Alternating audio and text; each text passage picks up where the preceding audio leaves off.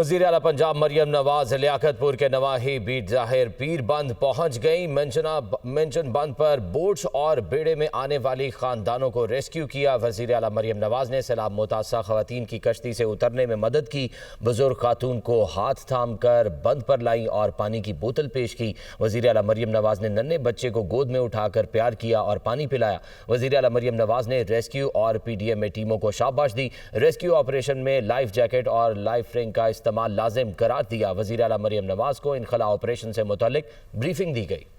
वज़ीर आला पंजाब मरियम नवाज लियाकतपुर के नवाही बीट जाहिर पीर बंद पहुंच गई। मेंशन बंद पर बोट्स और बेड़े में आने वाली खानदानों को रेस्क्यू किया। वज़ीर आला मरियम नवाज ने सैलाब मुतासर खवातीन की कश्ती से उतरने में मदद की।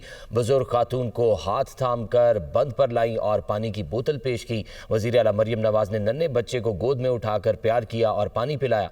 वज़ीर आला मरियम नवाज ने रेस्क्यू और PDM टीमों को शाबाश दी। रेस्क्यू ऑपरेशन में लाइफ जैकेट और लाइफ रिंग का इस्तेमाल लाजिम करार दिया। वज़ीर आला मरियम नवाज को इनखला ऑपरेशन से मुतालिक ब्रीफिंग दी गई।